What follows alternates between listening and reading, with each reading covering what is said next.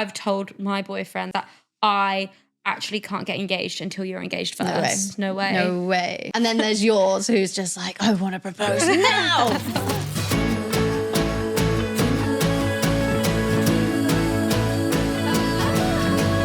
Hello and welcome to Twinhood, your new favourite podcast with your old favourite twins. I'm Maisie Peters and this is Ellen Peters. Woo! Round of applause for the girls. This is our new podcast. We're going to be talking about our lives, our weeks. We're going to be answering your dilemmas. So please send us your dilemmas to the email below. Oh my God, she's a natural. She is a natural. How many times did we have to refilm that? Ellen, you're a star. She's a star. We're going to be doing our dilemmas. We're going to be just chatting about our lives in general, bringing you up to speed, bringing each other up to speed. And we're also going to be playing, because we are a family and this is a family affair, we're going to be playing some games. So we are going to be playing Never Have I Ever, not in a field with ciders, but this time on the girly couch. Oh my God, this must really bring you back to your Nottingham Trent days, Ellen. Oh, but there's no vodka here. yeah, probably some nicer questions as well. Yeah. But maybe not. Potentially not. Or what do you have in for us? Never have I ever been told you act so different from each other. 3, 2, 1. Yeah, like literally every single person we've ever met in our life. Yeah, I don't think anyone has ever said our personality. Like, occasionally people will say, like, we got the same nose. Yeah, Or, same like, nose, same eyes. Yeah, but me and you are just so different. People always say, oh, you're really different. And I'm like, I'm not sure if I should be offended or you should be offended, Yeah. but I think it's mostly me should be offended. Yeah, just come out with it and say, why are you so weird and short? Just say it. Just say it with your chest.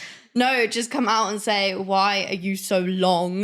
Do you remember, Ellen, I was talking about this the other day, when you had height dysmorphia and you kept going to get professionally measured because you thought you were so much taller than me? That was a good era. I literally was just like, no, this number is a lie. And you kept going to the Superdrug in Brighton. Yeah. Yeah. But it's hard. I am like, the tall girlies will like literally kill me for this because I'm not tall. I'm like 5'5.5". And you know that because you got told it professionally. I know it very well. But you're like the tiniest, teeniest, cutest little princess. So I do feel like Taylor Swift, I am that monster on the hill. And I am the sexy baby. You are the sexy baby. Listen, someone's got to be the sexy baby. But then if we take looks apart, personality-wise, good God, like there's not one. Are we not? We're talking about personalities, aren't we? I just thought you were about to say that you had a better personality than me. No, I don't. You You're don't really clever. Thanks. Aw, that's kind of nice. Say something nice about me. You're really funny. Thanks. Right, brilliant. There we go. Never have I ever had someone assume I have twin telepathy. 3, 2, 1. Oh, Every single time. the most boring twin question you can get. Truly. Although, are you identical? Obviously not. Obviously not. Literally. Can you read each other's minds? No. No. I can just read her mind when you're in some random place in America. And I'm like, oh, she's feeling A little tired today. Feeling no way. A little worn down. Yeah, let's try and read each other's minds. Okay, I'm going to try and guess what you're thinking. Just say one word at the same time. No, we should do like an object. That's actually what I was thinking of. an object. Yeah, I'm thinking of an object that I think you would think of. 3, 2, 1. Carrot. Air fryer. Why would you think of a carrot? I don't know. Okay, again. Can we do like skim it down to like a colour? Okay. 3, 2, 1. Red. Blue. See? See? Okay, moving on. Moving on. Never have I ever been mad because I got away with something that my twin got in trouble for. 3, 2, 1.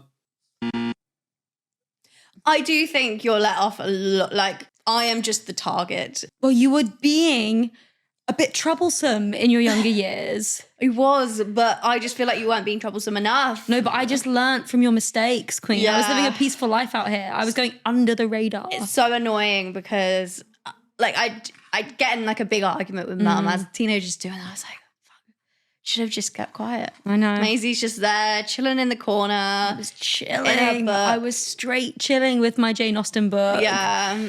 Yeah. But I wasn't kissing any boys, so you win some and you lose some. I love the irony of you like being a very good, like innocent, sweet child, and you literally came out with a song called None Another Rock Star. Well, the rock stars came later in life. once I'd left our parents' house and once I'd sort of discovered things like boys. Never have I ever used being a twin as a fun fact about myself. Oh. 3, 2, 1. I know every work social you ever do. God. I know it's coming up. Every corporate thing. Every single But you one. know what, guys? So not my current job, but my job before, I thought, right, I'm gonna keep it in the locker, like that I've got a sister. And especially at this point, you were up and coming, like people would know who you are. And I was like, I'm not gonna like tell everyone first day that I have a pop star sister. I'm gonna be cool. I'm just gonna let them get to know me. Then the head of HR messages me. Do you have a fun fact? I'm gonna include it in the like weekly presentation. I was like, and it got close. I was really trying to think of something fun. I really was. I was like, did rock climbing as a kid? But like, it wasn't. And you know what? I just had to. I threw was it like, in there. it's got to be done. And My sister went on tour with Ed Sheeran. And there it is. And then when I played my big headline show at Wembley like a few years ago, you bought your entire work for the Christmas party to Wembley. Yeah. And at one point you wanted me to give you a box. I said, Ellen, I can't give you a box. I remember my manager was like, Maisie, like the guest list is really tight. Like, do you reckon we can really, make sure the numbers are all right? And I said, well, Ellen's got 20 people, so I'll just check in that, do they all need to come? Yes. Yes, they do. Right, okay. Guess I'll just cut off our grandma. Never have I ever been competitive with my twin. 3, 2, 1. Oh. You're going to crack up at the example. And I know you're going to immediately get irate. I still think this is one of the things that you're most annoyed about me. Oh my God, I know what it is. You know what it is. Just say it at the same time. 3, 2, 1. Football. So just to explain, I genuinely think we were like 9 years old. I think we were really young. Like, I think we were still at Shore and First, which we can bleep out, but I think we were still at our primary school. And we were both playing football and Ellen got first place and I cried because I was 9. That's why I cried, because I was 9 years old, or maybe even younger than that. I cried and then they did give me a medal too and you were furious. I won mine out of actual skill. And bear in mind, if I'd have known the trajectory we'd have gone in, like you've won a Rolling Stones, something or other, you were on the bloody Glastonbury, you played Wembley, you met Taylor Swift, and I couldn't just have one little football medal. And bear in mind, I'm not a sporty girl. Like in school, I was a girl that used to fake the notes from their parents and give it to the teacher. And so for me, that's probably the only thing I'll ever win. No, that's not true. That is not true.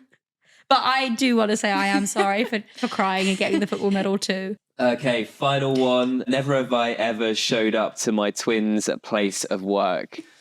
3, 2, 1. Put that up right now. When have I showed up to your work? When I was a waitress and I messaged you saying, Maisie, I want to go home. If you've ever been a waitress, you'll understand the pain of having to polish cutlery. It was like Saturday. I had things to do and I was like, Maisie, come on. But to be fair, it's the only like actual job you've ever done that isn't being a singer. What can I say? I was an entrepreneur from an early age. There's a picture of me polishing cutlery. Yeah. Yeah, she really got me working. You've come to my work, the most notable being my support slot for Taylor Swift. You know what I'm going to say. Me on the stage is the biggest moment of my life. And the stage is big as well. The era stage is massive. So I'm like running up and down. I've gotten to the very end of the stage, like the end of that T. I'm there. All the girls are there. I'm singing. I'm concentrating. I'm doing my best. I look up and I just immediately catch eyes with this person who's on somebody's shoulders. And like, that's not normal for the eras. Like, I don't think you're allowed to be doing that. And then I like properly look. I'm like, that's Ellen. That is Ellen right there. And then I laugh. I crack up because I'm like, this is so funny. And Ellen's like, and I start laughing. So there's actually a video of me singing my song, You're Just a Boy, and I have a laugh in the middle. I sound like I'm dying because I've just seen you. I didn't realise I was on the screen at all. You were. And I get tagged in this video of like one of your fans saying, oh my God, is that Ellen? Me trying to be low-key. But no, it was my friend, my really good friend. And he was like, he actually suggested it. He was like, Ellen, this is like a one-in-a-lifetime thing. I was like, hell yeah. And we had to really pick our moment because we knew we were only going to get like one shot at this before like the big bad security man came for me. I thought you didn't see me, so I kind of thought it might have been a wasted effort. But yeah, and you know what? Everyone around me was chill. They was probably looking at me like, why does that girl think she's at like fucking Glastonbury? Yeah, you really said, how can I make this moment about me? And I have to love that from you. Yeah, I mean, on the big screen, who me? You? Little old you? So yeah, and you know, I was wearing your t-shirt. You were. So good branding. Great branding. What have you been up to? Give me the updates. What have we been up to? So I feel like everything's been pretty much BAU. Been what? Do you know what BAU is? No. Business as usual. Oh my God, it has been BAU. So Big time BAU. Yeah. I want to use BAU more. But I feel like I was saying to you this morning, like I really feel like we've got in a good routine of our fitness. Which is huge for us both. Yeah, we are not natural fitness queens. No. But I feel like we're really trying. We've got a PT that we share and oh my God, how much do we love our PT? We're obsessed with our PT. we are borderline in love with our PT. Literally, every time we come away, we're like, we learn so much. We learned so much. I feel like a new woman in the gym. I loved that. So cringe. I never thought I would see the day where Maisie Peters asked her PT to take a video of her Russian deadlifting. No, and like in the proper bro weights area, we are becoming we're becoming fit. Yeah, like we're becoming jacked. We're becoming hench. I want to be jacked. That is my manifestation. And our PT, the queen she is. So I had the PT first and I was like, Maisie will love this. And if I hate doing gym by myself, it's Same. so boring. So boring. So I was like, Maisie, you're doing this whether you like it or not. And I feel like you were a bit hesitant at first because you've only ever had like male PTs and you've only ever done like bodyweight stuff.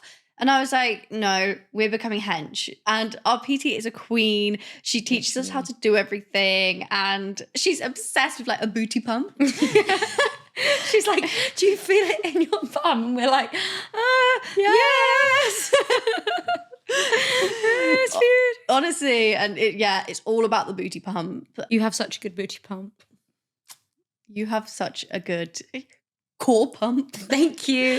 We do have our strengths. We do. And mine is not core. No. I literally, like, the noises you're making when we're doing the core workout are not of this world. The other day I was talking to someone saying they're like, oh, it's so inappropriate when men are just huffing and puffing at the gym. And I was like, that is me.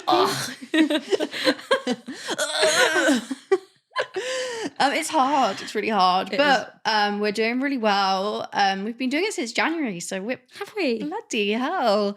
But then we both can't walk after we've done gym because we just get there, immediately start doing gym. Yeah. And then leave us we don't do any stretching, don't do any warm down. So then we're both just like hobbling about the place. Like we can't walk down the stairs. It's because I do it in my lunch break. So like I have She's a working woman. Yeah. Like I have that 1 hour slot and it's all like I'm not going to waste it warming down. What do you mean? No, I'm going to bring us into stretches though. I feel like that could be our future. It's probably good for us. Let's not forget the elephant in the room, you Miss Alexandra Burke, is that you've got new mother freaking batshit crazy hair. Thank you so much. Yes, I did cut off all my hair, which I know you were secretly pleased about because you didn't want me to have long hair. You wanted to be the only twin with long hair. You can't be a pop star and have long hair. Yeah, it just doesn't work. And that's fair. I can let you have one, but two is like two's too crossing far. the line. And it was getting a bit long, wasn't it? A bit long for Dangerously long. It's fine, it was dead though. Right, brilliant. Thank you. Thank you. So yeah, I just decided a change was due. But do you remember when I was thinking about getting this haircut, we were on the bus and I showed you a picture and I was excited. I was like, Ellen, what do you think? This is what I'm going for. And you said 2 words which will haunt me till the day I die. You said, I worry. You said, and you thought it wasn't going to look good. And then what do you think now? I love it. I actually do. I didn't like it when you first had it cut because it was quite voluminous. Yeah, I could tell. But like now it's styled, and like I always feel like a haircut is always a bit weird once you've just had, because it's like blunt. But I love it. Thanks, Queen. And I feel like it's good for me to, I can't just copy you. As the older sister of 15 minutes, I can't just copy your hairstyle. I have to have my own look. But the fringe goes nowhere. No, the fringe goes nowhere. My forehead's just not for the No, world. I literally get so frustrated because I have a 5, 6, 7 head, and she was blessed with her itty bitty tiny cutesy forehead. Such a little forehead. Oh, so tiny and Little cute. iced coffee forehead. In other news, last week we were talking about our favourite sports team, the Cuties. And we were talking about my sports team, because I sponsor them, right? Yeah. So You big time sponsor them. And Just not in any type of financial way. No, it's more emotional, really, my sponsorship. So if you missed last week's episode, the Cuties are Maisie's official football team, which consists of my boyfriend's silly little friends in something called a power league, which is above Maisie's head. But it's a little play for fun, which they will take a little bit too seriously. So without further ado, This is their football shirt. yeah, the official merchandise of the Cuties. Now the thing is, it actually looks really good. No, it is kind of good. I think like this, like a long oversized version with like a little tiny like skirt or like little tiny shorts with like cowboy boots. Are you seeing the vision? I'm seeing the And like vision. silver cowboy boots. So imagine this is a baby pink. All I'm saying Do a little is crop. big time crop. Big time crop. At Maisie's merch manager. This is the future. We're thinking about the Cuties. We're thinking about taking it worldwide. Yeah. And then, oh my God, on the back, the boys have no idea. I want to put gaffer for you. But Maisie, how much managerial support have you given the Cuties? So I like to send them a video every so often just to say, good luck, boys. Let's get out on the field tonight. Let's give it our all. I'm watching. I'm really proud of you all, but I do need to see some serious improvements. Because it is transfer season soon, as I've been informed, and it's not looking good. We actually sent Maisie's manager, who is a big sports fan, a image of the Cuties all lined up. And I honestly think he's more excited about that than like me doing other impressive cool things. I feel like the Cuties is maybe a highlight of my career. It is, It truly. is. What other local pop star has her own football team, albeit the Cuties? It is still a football team. It's not quite Ed Sheeran's Premier League team, but it's like Ryan Reynolds. He took Wrexham up through the ranks. Is it like Ryan Reynolds that much? Is it? No, it's like Ryan Reynolds. I think it could be. This could be my Wrexham. We need some major development. We do. We need some major training. So we did send Maisie's manager the picture, and I told the boys, by the way, like we have alerted Maisie's manager. It's gotten up to the very top. Yeah, the very top that like you guys haven't been winning your matches. And 1, 2, 3 of them actually on Saturday, on the literal weekend, they went to practice football. Apparently they played against some 11-year-olds and lost. Oh, it's not. But they do say they were definitely academy kids. They were definitely Chelsea Academy. I was like, okay. But I have hope. I really think they will win a match that isn't from forfeit. That means that the other team doesn't turn up. They don't turn up. Okay, so we've got some dilemmas that we're going to answer. So please give your most intelligent, emotionally Constructive. mature vibes.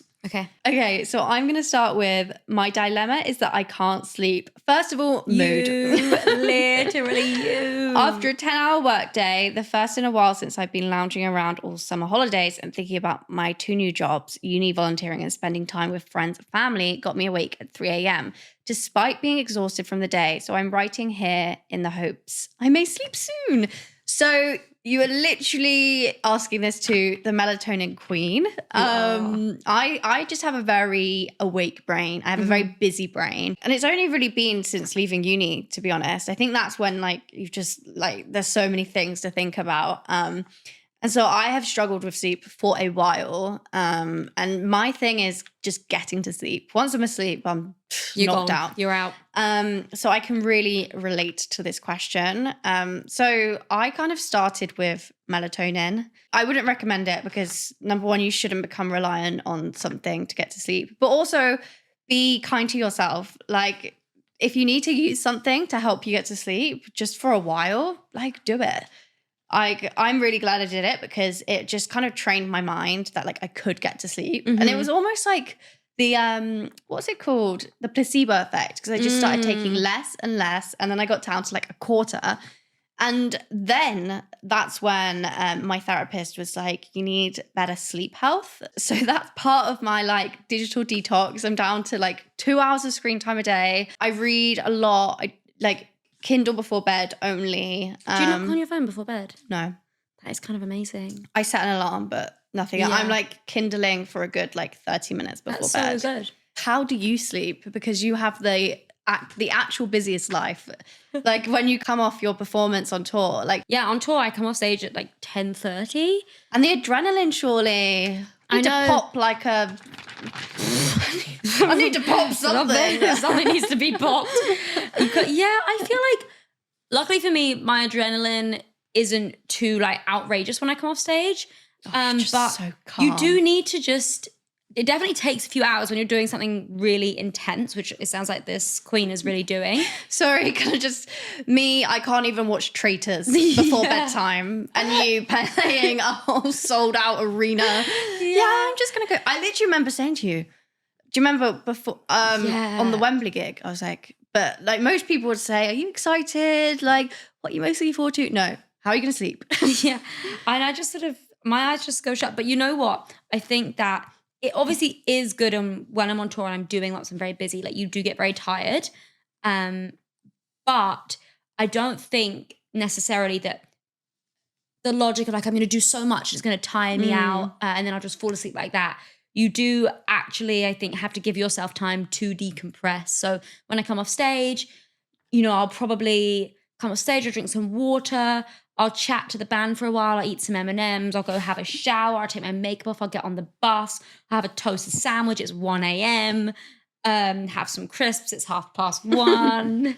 Rock and roll. Watch some videos of like, we got right into like animal videos, like crocodiles and stuff like that. Anyway, watch some videos and then you go to bed at like 2 a.m. But touring does move your clock slightly, so then you wake up at 10, so you still like have your 8 hours. But you need that time to just decompress and calm down. And I think maybe she's obviously doing a lot from her. She said 2 new jobs, uni, volunteering, friends and family. Because I actually do think that like that is a thing. Like, as you were saying, you feel like you need to do a lot to go to sleep early. Like, I kept on thinking, I just need to wake up earlier.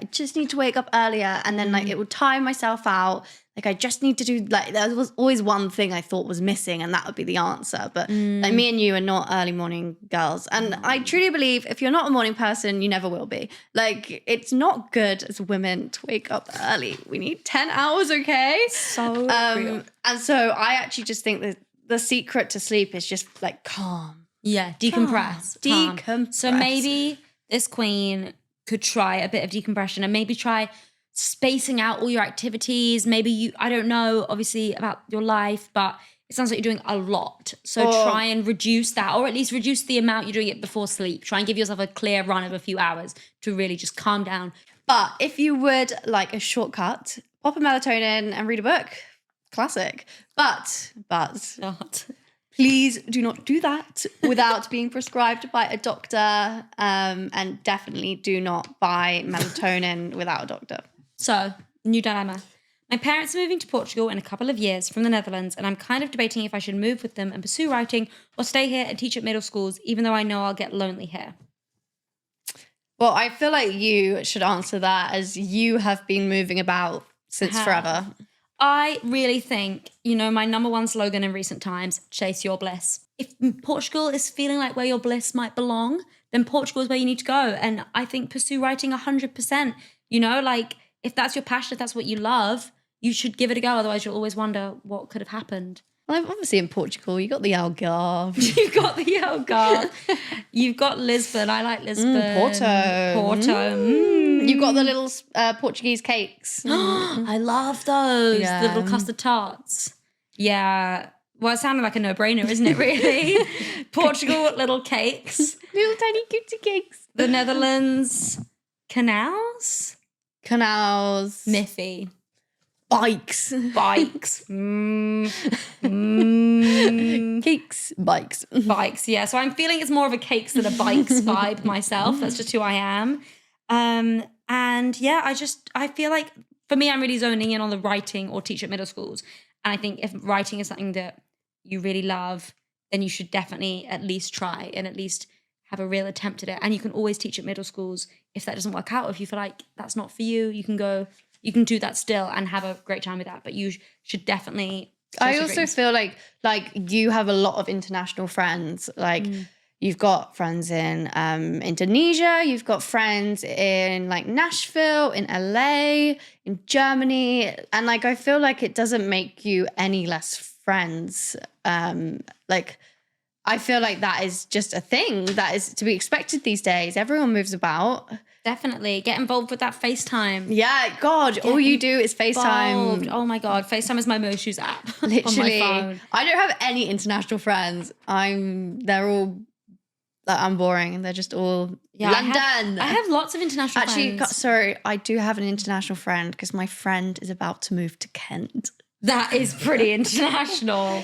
She's going to be a whole 1 hour and 10 minutes away. I don't know how you'll possibly keep in touch. So I'm feeling nervous about it. No. Well, I've got lots of international friends. As you said, I've got my friends in Indonesia, in Australia, in America. Oh God, I forgot about. And even Australia, you make it work. Like, yeah, I feel like if anything, sometimes you get closer because when you speak to each other, it's very focused and you're really listening, and it's a shorter amount of time. But because of that, you're really catching up. And I'm really close with all my friends that live in different parts of the world. So I think, and actually, that can be like a really lovely part of a friendship because you have to make a real effort with each other.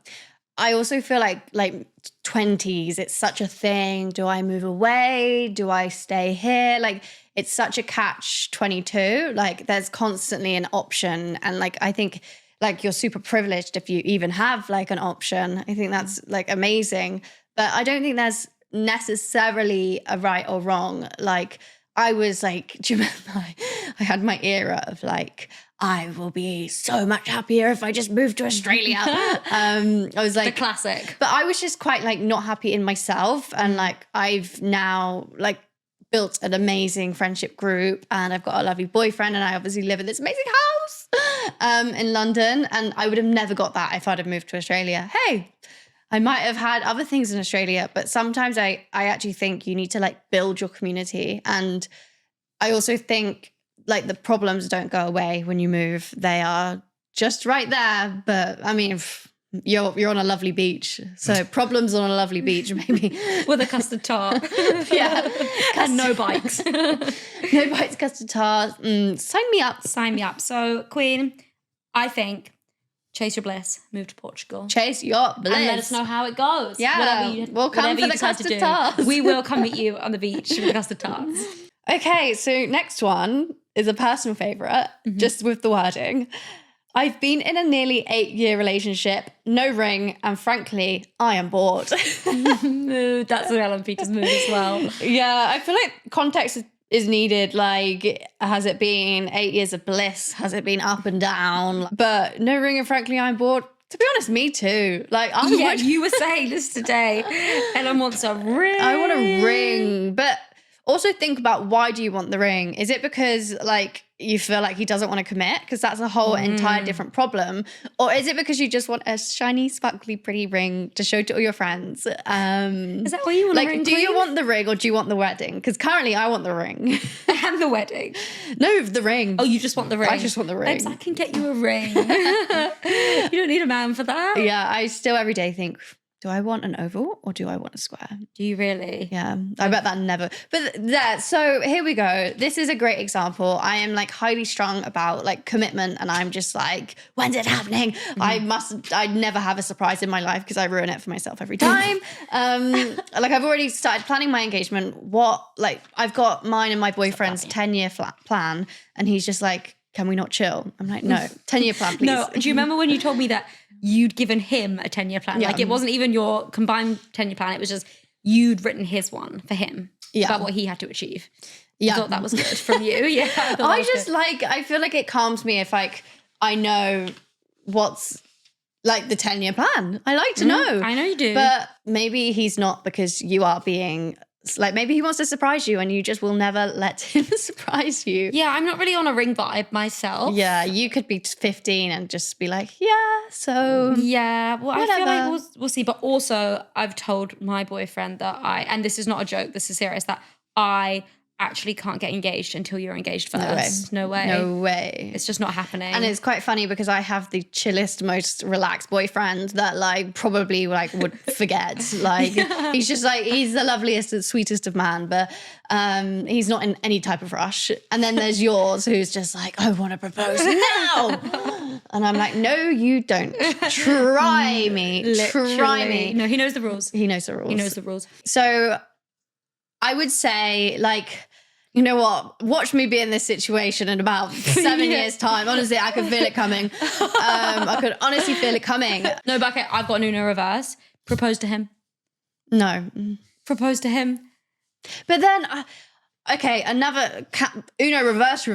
I think that, I firmly believe this, even though like I am quite a traditional girl, like I want the wedding, I want him to propose to me, is that I think you should have a chat about when you want to be proposed to. Maybe this is again my control, but I think you should make sure both parties want to. I hate the idea of like just these like men declaring their love unannounced and like before, because it's a big thing getting married, and it's quite like you're really boundaries. Like I think you need to respect each other's boundaries by discussing as a partnership, is this something you guys want to do, and like when are you ready for it? That's a really nice idea, Ellen. I agree. It's good to discuss these things. Yeah, I think it's crazy. Converse as a couple. Yeah, you're a couple, so why should you not make the decision together? Like, I mean, he doesn't need to get down on one knee right there and then, but I think that would personally relax me if I knew it was coming. Okay, I'll keep that in mind. I start sending the WhatsApp now. Yeah, no, we're not quite there yet. And that's for the best. And that's for the best. But yeah, that's what I'd recommend, just having a grown-up discussion about it, because men are not mind readers. Or maybe just leave like a Pinterest board full of rings. That's a fun idea. Where do you sit with a public proposal? Absolutely not. I would literally, like, that is my worst nightmare. And like, I know people might think like I'm dramatic, everything's about me. But no.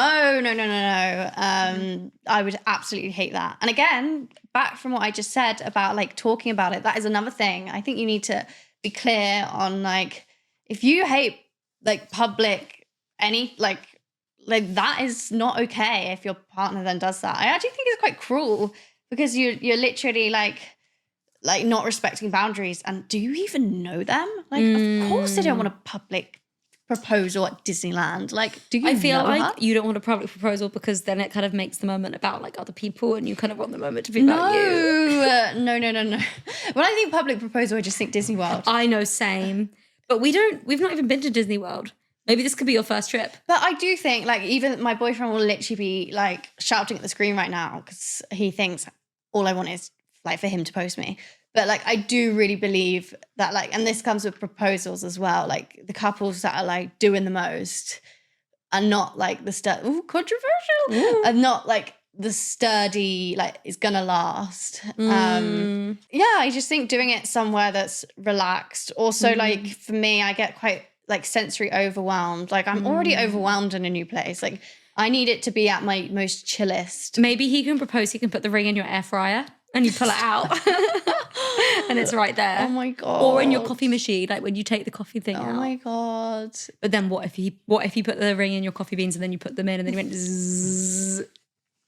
Yeah, there's a lot that could go wrong. There's a lot that could and go I wrong. think for him, he would need the easiest. I always say Maisie's boyfriend is just like, he's honestly 30 seconds at all times away from getting down on one knee. Yeah, and that's how I like it. He would that is one man who would public propose, but not because like he just will get overcome. Yeah, he will just get overcome emotions and he just wants it right there and then. Like he'll be like, let's do it. No, I am the best part of his day every single day. And as I should be, girls, let's keep it that way.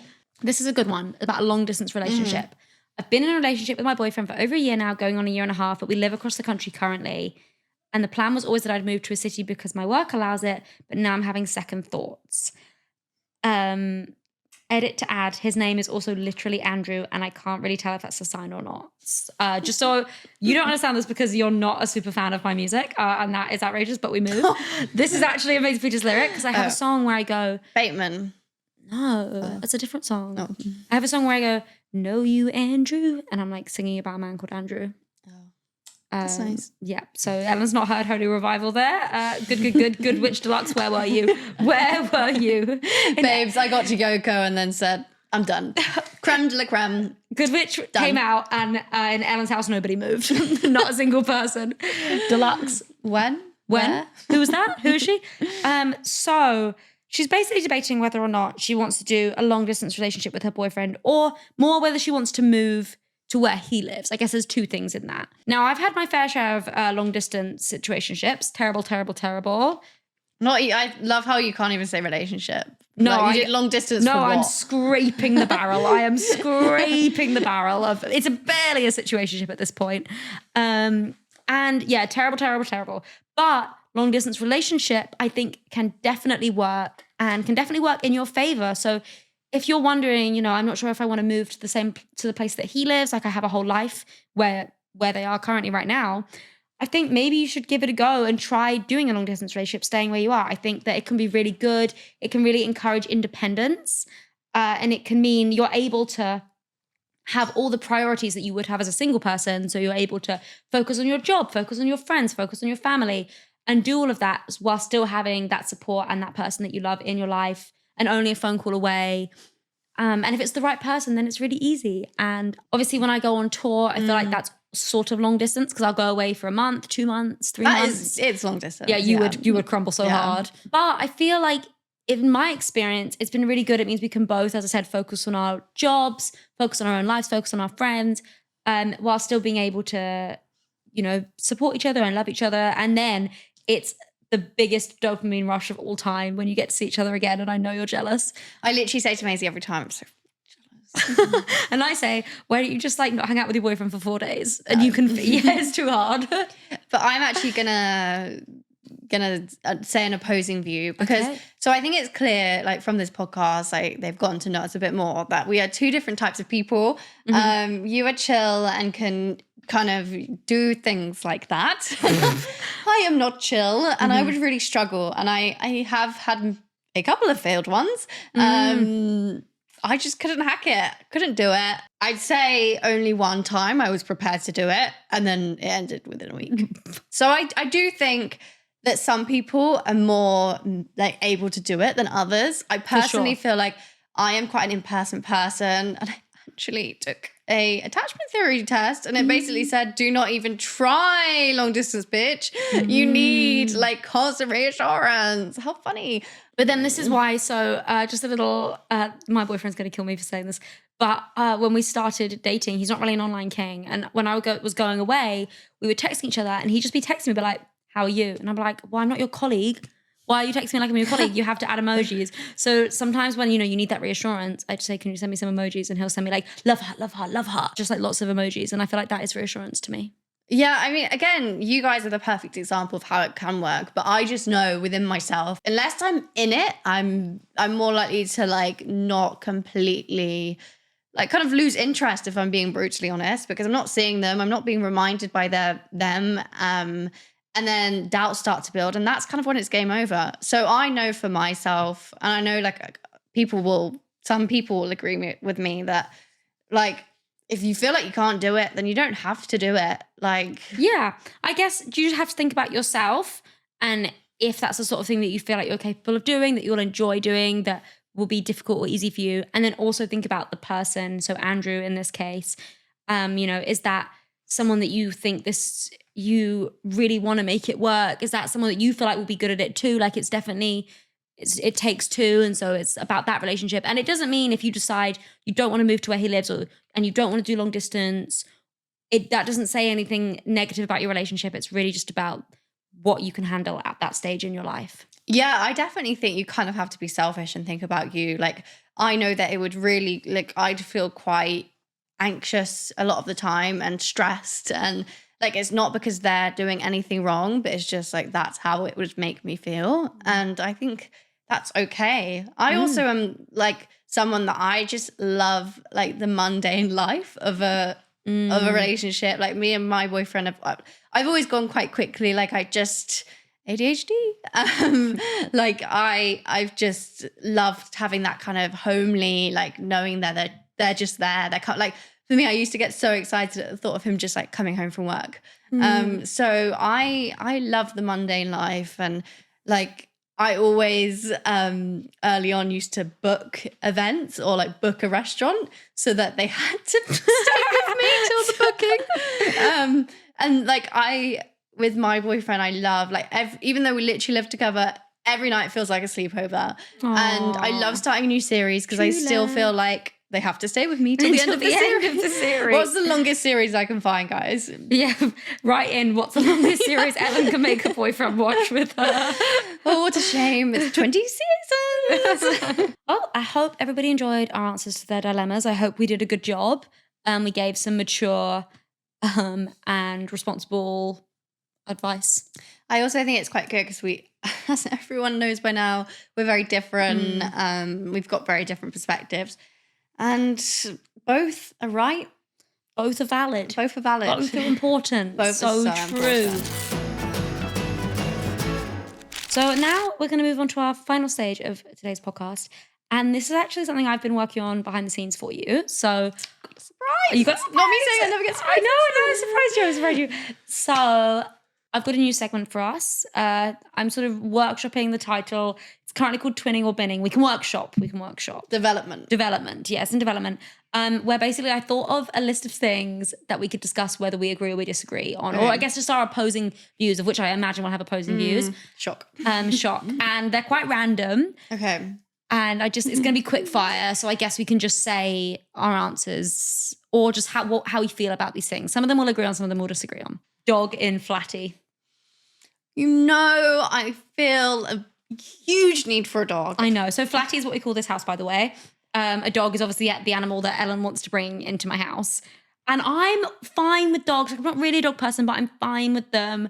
But I just don't know if we need to reach that sort of maternal part of our lives yet. You know a dog? It is in my literal 10-year plan. And do you want to upset my 10-year plan? I don't want to upset your 10-year plan, but I just don't know. Like a little one. I see it as a win-win because I feel like I need something to wake up in the morning. It sounds really like I've got something to wake up in the morning. Yeah, I need something to get me out of bed. And like, I've got nothing to be responsible for. Like, yes, I don't want a whole ass kid, but I would like a whole ass little tiny baby dog. Let me have my dog and walk around all the cute cafes, and I'll hold it on the tube. Like, and you don't even have to be responsible for it. And I know you don't want one because you just got a white sofa. It's not nothing. It's not nothing. No, I would like a fugly little chihuahua called Alfredo. And I want him to be 11 years old already. But I feel like my time for Alfredo is not yet. I think it is because when are we, like, this is our moment. This is our time. We live together. Like, you're really pitching me. I'm a settled woman. Like, you're 24 years old. Yes, but I don't go out till 3 a.m. anymore. The swan hasn't seen you for a long time. The only swans you're going to be singing here at the park. Yeah, I saw some swans at the weekend as well. And it wasn't in the club. No, it wasn't in the club. Like, what do you mean? I do a Tesco online delivery shop every week now. Is that not maturity at its finest? I literally do the Flats Tesco shop. Yeah. And that is a good credential for having a dog. It is. And I just feel like every pop star has a dog. Ariana Grande has a dog. That is so true. Maybe it would help my sort of pop star persona. I think it would. And you wouldn't need to worry about the dog. That's what it will sound like though. Yes, good. Like, it's me and you living in this flat, but also basically our boyfriends. And we need a cutesy little tiny princess dog. Yeah, true. And they can have their mummies and daddies. Okay. Enough. I appreciate your pitch. One day I'm just going to bring one home. Yeah, I know. The thing is, I don't know why I'm arguing, because one day there'll just be one in this house. Fuck. We'll see. Everyone write in if they think I should let Ellen get a dog or not. So overall, we are definitely 1, 2, 3 twinning. I'm binning the dog. I'm binning it, but we'll see. RSPCA. No, I'm not binning it in the bin. I'm binning the concept of a dog. I'm not binning the dog. Sitting or standing at gigs. You know what I'm going to say. We're big twinning on this. 3, 2, 1. Sitting. Twinning. Oh, twinning and sitting. Twinning and sitting at all times. At all times. I can't be standing point blank. I can barely be standing in real life. I need to be sat. You know what was like one of the worst things I said the other day? And I'm a relatable queen. I'm a woman of the people. Like I have a normal job, normal life. My actual fun fact, apart from being a twin, is I've never gone to the O2 without being in like a corporate box or like a corporate seat. Like I've never done like a normal. That's a corporate queen through and through. I've never done like a regular. Oh my God, I'm going to literally be like Stitch, like most unrelatable girl. But genuinely it's because my friend, like I get it through like her company if they have spare tickets. And so it is just that I don't even use like my pop star connection, aka you. Like it's genuinely just that. But like the best part of a gig is sat down. Taylor Swift, 4 hours in cowboy boots. Never again. No, not. I did that for you, but I was sad. Best believe I wanted to sit. Yeah, I'm big at sitting. Although I am, if I ever play the O2, I'm going to make you stand. No, yeah. you wouldn't do that. Yeah, to I'm me. going to send you No. down. Yeah, But no I corporate want box the for free, you. I want the free champagne. No free champagne for you. No free. So funnily enough, stretch your legs. We were at Sabrina and we were in a box, and this woman who was also in the box we were both at the bar, and she was kind of being friendly and saying like, "Oh, Sabrina's great, isn't she?" And I was like, "Yeah." She's like, "Oh, I wish I was standing." And I was like, "Yeah, me too. Really wish I was standing." Yeah, all the things I would do to stand. But also I love it, obviously, that everyone stands at my gigs. But they're all young at heart, and like, I'm an elderly woman. My friends all got Oasis tickets, and they got 4 standing and 4 seated. They were literally all actually arguing over the seated. Like, no, none of them wanted the seated. They wanted standing for the atmosphere. Couldn't be me. I was like, what do you mean you're fighting over the seated? The atmosphere is too high. Their heads are too high up. I need it to be lower. Also, like, I can't see if I'm standing. You've got some You think you can't see? I always say when I go standing to a gig, it's more of an audio experience for me personally. It's not a visual experience. You know what? It's also the tube as well. If there's a seat, I'm running for it. So it's just sitting in general. Yeah. Sitting in general. Maybe I'm going to be slammed for this, but you know when you get I never take like the seat that's like the kind of one you have to give up, because I know like I'm not running that risk. I will take like third seat in just so I have a guaranteed seat. Bump on chair. And yeah, even if it's one stop, I'm sat. I believe that about you. Okay, so sitting at gigs and sitting in general. Twinning. Okay, my final one, LinkedIn. Don't get me started. That is your passion. That is your passion. This is another little glimpse into my corporate world. LinkedIn is a big part of my life, as is Salesforce. Maisie just lives a peaceful life. I do. Never knowing what either mean. I've never been on LinkedIn. I don't know what they do there. I actually showed her LinkedIn the other day, and she was like, oh my God. It's quite exciting. Yeah, because you do just have people that you went to like primary school with. Yeah. A connection's a connection. I was making Ellen show me like all the girls from primary school. Yeah. I was up to date in their career moves. My manager keeps on saying like, I need a new headshot, which to be fair, I do. Like I'm like, it's not giving professional. I'm in like a bar. On your LinkedIn profile picture. Yeah. So I was like, right, I need to seize the opportunity. And what better opportunity than trained camera, lights, action, producer Paul. So what did I see? We just finished filming, and there were the big studio lights. And obviously we are graced with like cream walls. I was like, this is perfect. Let me just get on a respectable workwear top. And I was like, I know where you went. Paul, I know. No, you didn't ask Paul first. You asked me. Yeah, I did ask you. I was running the shoot, but clearly my talents weren't weren't good enough enough. because I got fired. Yeah. One shoot in, fired. And then you asked Paul. So then I was like, oh, I'll be ashamed. You don't ask, you don't get. So I said to Paul, please, Can you take some pictures? I know it's not in your job description, but help a girl out. And he got his big camera out, didn't he? Big camera. And the funniest thing is he actually sent them to me. And then I went to upload them and I was like, oh, I'm sorry to be a pain, but can you resize them? I felt like such a princess.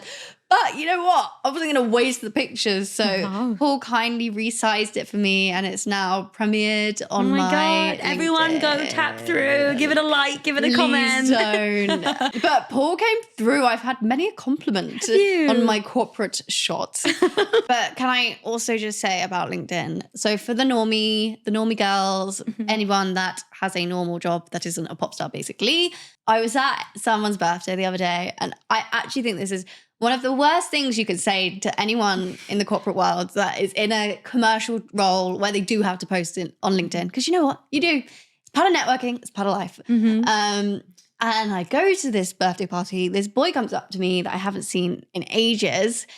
And he says, oh, I see you post on LinkedIn all the time. Oh, how embarrassing. Don't say that. But then I'm also like... Inside thought. But then I'm also like, well, I'm embarrassed for you because actually I'm networking. I am climbing the corporate ladder. You are. I honestly think like power to you, like the people that post on LinkedIn, because you know what? It is a bit cringe. It just is. But be cringe and be free.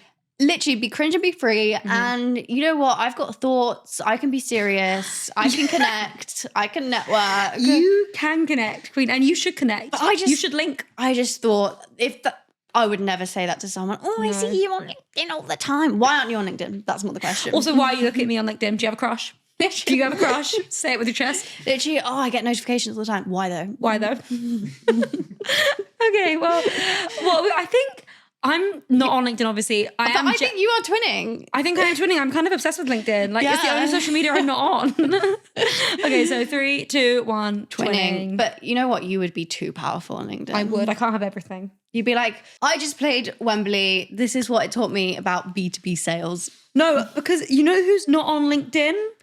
Lady Gaga, Tate McRae, Ariana Grande. They're not on LinkedIn. No. There is a gap in the market for a girl of modern pop music. Just get in there. Also, can I ask you, I'm only asking you because I fumbled seriously on this when I was asked at one of my first jobs. What is B2B?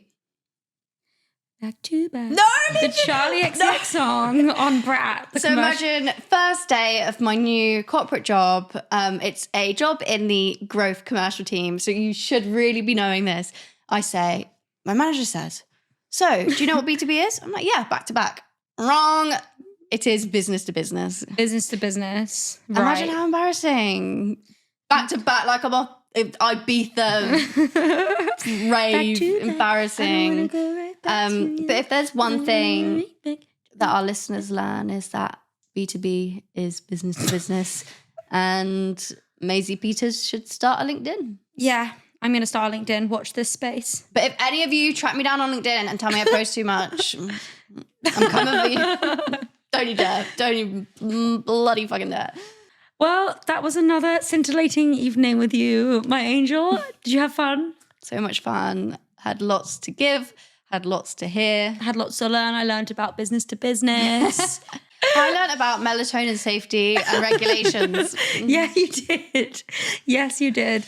We've had a great time. We hope you guys have had a great time and we hope you come back and see us again soon. Don't forget to drop us a review from wherever you watch and get your podcast from. And obviously, you've got to follow us at Twinhood Podcast. See you next time. See you next time. Bye. Bye. Bye.